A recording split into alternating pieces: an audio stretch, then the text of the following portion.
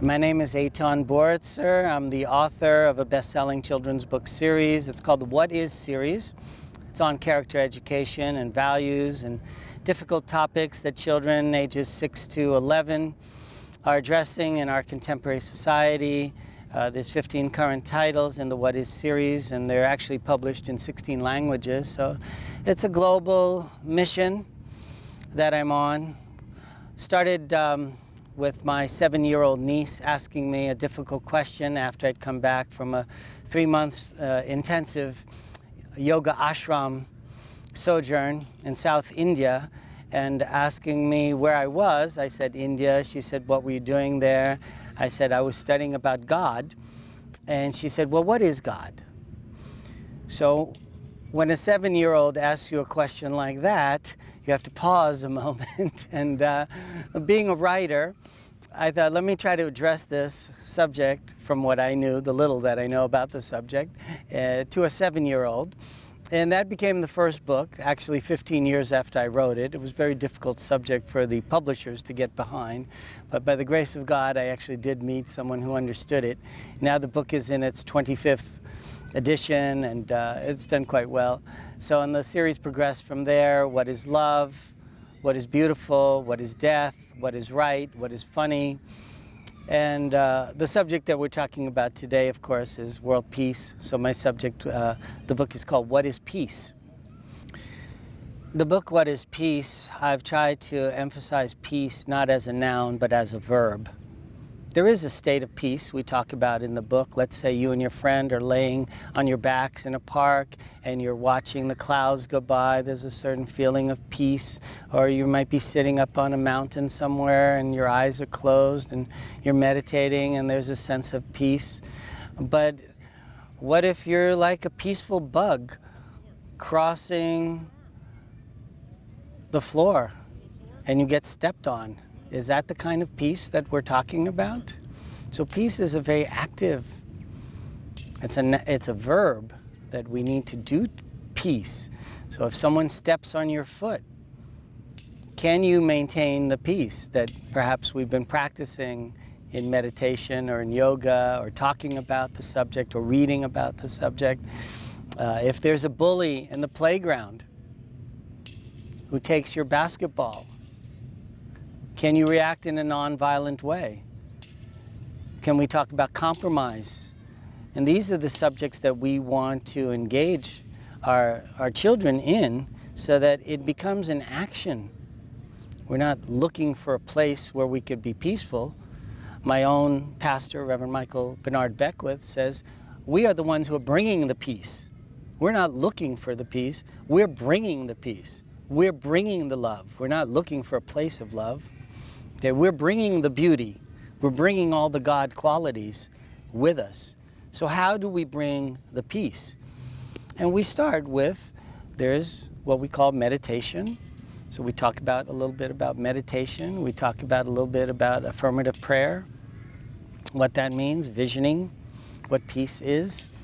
And then the distractions that happen. As I said, someone steps on your foot, there's a bully, or you're living in a very noisy city and everything's going on at once. Well, how do we practice peace and maintain peace in these various situations that are going to come up? And let's start talking with the children. One of the things we talk about in What is Peace is nonviolence, compromise. Compromise is a difficult subject for all of us adults, especially children. We hear a lot, you're not my friend anymore. You can't have any of my treat. Because they're angry and they can't figure out what is the meeting part. What I mentioned was the dialectic, to find out where my postulate and your postulate, my desire and your desire, my want, your want, my aversion, your aversion, what you don't like, what I don't like. Can we find a compromise here where we can live together, talk together, each of us gets a little bit of what we want, maybe it's not 100%, and where does the child learn that? Where does the adult learn that? Mention to an average adult the word compromise, it's going to cause agitation. I don't like to compromise. I know what I like. I know what's right. My mom did it this way. We've always done it this way. We're not compromising on that one. That option is off the table. We see that with our world leaders. Staking position, negotiating positions. Negotiation is fine. Okay, don't call it compromise. Teach negotiation skills in the schools. I, as a businessman also, I've had to learn negotiation skills. I was never taught that. I don't know if they teach it in the MBA programs. So compromise may be a little too airy-fairy or maybe too peacenik. Call it negotiation. Call it human interaction. Call it living together. Call it cooperation. But let's find there is always a middle ground. And that's level of maturity and adulthood. We're not babies. We're not going to cry because we don't get what we want now. But it has to be learned. It has to be taught. There has to be guidance. One section of the What is Peace book, we talk about what if your friend has a new pair of sneakers and they're nicer than the sneakers you have and you want those sneakers. And this is a common thing. You know, we didn't use sneakers, at least in the US, probably in the developed world. People want the next level of the dress, the clothing line. You want your Chanel or you want your next level. And this is common not to children and it's to adults, and it's wanting things. And wanting things is definitely a way to lose your peace.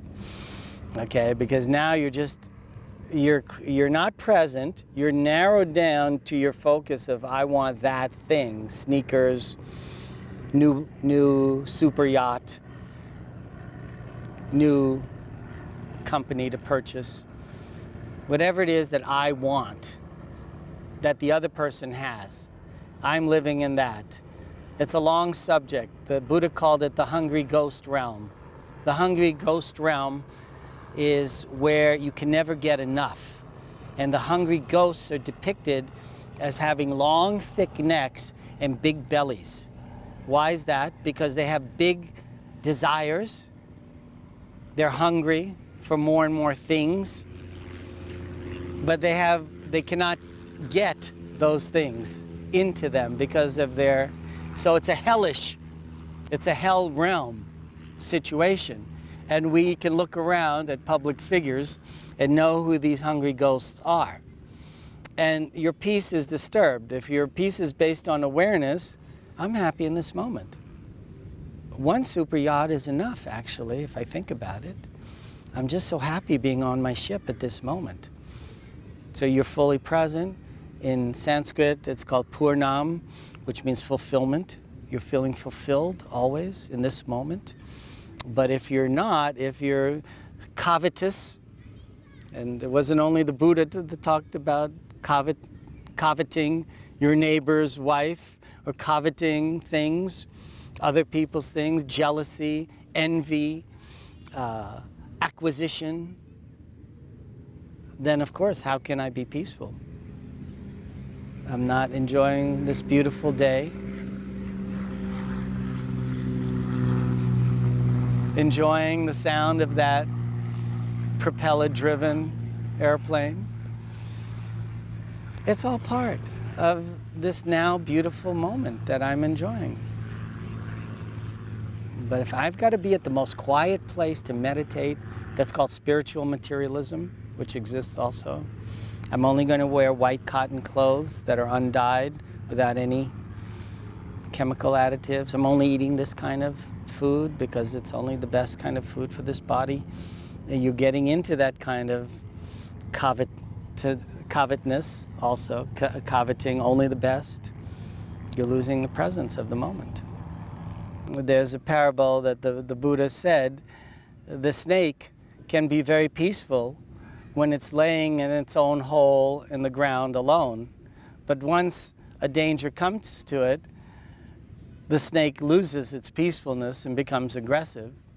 And so we have that nature within us to become aggressive and reactive according to the habitual pattern reactions. And even so those could come up like that. The amygdala is very active, you know, and the thalamus may direct in the right direction to the prefrontal cortex, you know, to make logical decisions. We know the brain chemistry and how the mechanisms work. But of course that takes that kind of practice, that meditative practice, which we get to engage the higher functions as the older fight, flight, freeze functions happen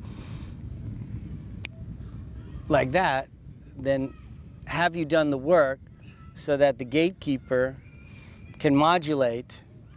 And of course this is PTSD. We're seeing the amygdala being activated by anything. And the training in the yoga, in yoga and meditation, is that factor of just a split second of pause going, oh, that's a car backfiring. That's not Vietnamese shooting at me. But that takes some practice. And so can we remain calm in these kinds of situations, especially in the urban environment that we're confronting?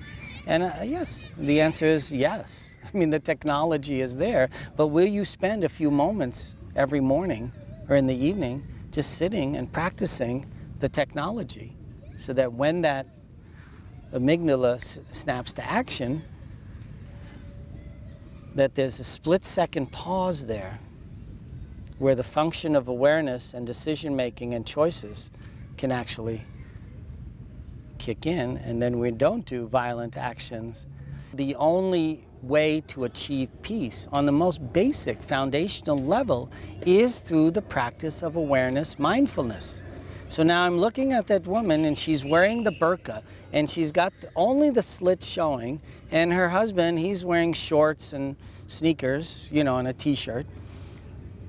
And so now I'm watching my thoughts. Burqa, evil, could be a terrorist, might have a submachine gun underneath her gown, etc. And so I'm observing this, but really if I open my eyes a little wider, I see there's the husband with his shorts and his flip-flops. There are their two kids and they're just making kid noises. So, and I'm looking at the woman with the burqa and just, I've lost reality now. Everything that I read about women wearing burqas is what I'm focused on. I've narrowed, become claustrophobic. I'm no longer in a peaceful state. I'm in a very agitated, apprehensive, anxious state now. Whereas if I just open my eyes a little bit further, my peripheral vision even, just something that mechanical, because I'm in the moment. Oh, we're in a park. So where's the submachine gun? I mean, in a simple way.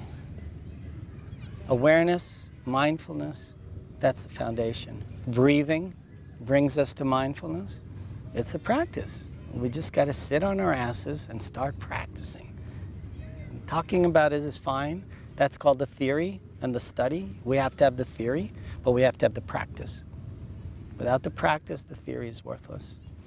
My mission really is to work with children. In a sense, I've given up on adults. Children's minds are still malleable. They're still in a state of wonder, investigation, and curiosity. They go forward without consequence, thought of consequence a lot, and so they're very free. And so I find that they're all little philosophers, and when we start to discuss these types of life issues with them, death, God, peace, even humor, beauty, they all have opinions, and we can get into good conversations with simpler language, of course.